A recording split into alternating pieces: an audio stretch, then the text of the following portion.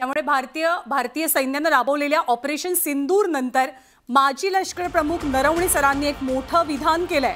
ते असं म्हणतात की पिक्चर अभी बाकी है, म्हणजे पुढेही काही होण्याची शक्यता त्यांना व्यक्त करायची आहे का?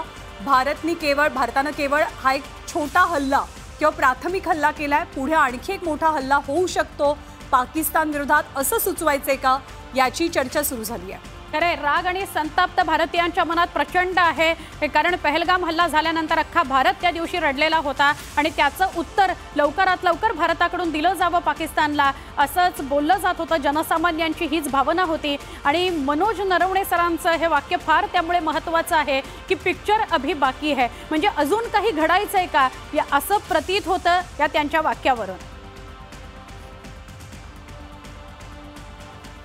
आणि सर्वांना उत्सुकता आहे सुवर्णा की भारतानं ऑपरेशन सिंदूर नेमकं राबवलं कसं। रात्रीच्या वेळेला हल्ला झाला, देश झोपलेला होता, सकाळी प्रत्येक जण उठला किंवा रात्री ज्यांनी फोन चेक केले असतील, टीव्ही लावला असेल, त्यांना कळलं की भारतानं स्ट्राईक केलाय। पण नेमकं काय घडलं, कसं घडलं, किती वाजता घडलं, हे आपण सविस्तरपणे पाहूया।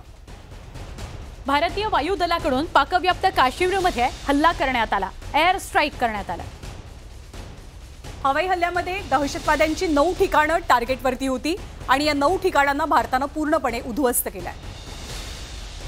सीमा न ओलांडता म्हणजे आपल्याच सीमेत राहून भारतीय हवाई दलानं हा क्षेपणास्त्र हल्ला केला, तेही पाकिस्तानमध्ये। पुढचा महत्त्वाचा मुद्दा म्हणजे पाकव्याप्त काश्मीरमधल्या दहशतवाद्यांचे अड्डे सुद्धा या कारवाईच्या माध्यमातून ऑपरेशन सिंदूरमधनं भारतानं जमीनदोस्त केल्यात। नेमका कसा घडला हल्ला ते आपण आता पाहत होतो, कशा पद्धतीने हल्ला घडला। भारताच्या या हल्ल्यानंतर पाक मात्र आता बिथरलेला आहे। पाक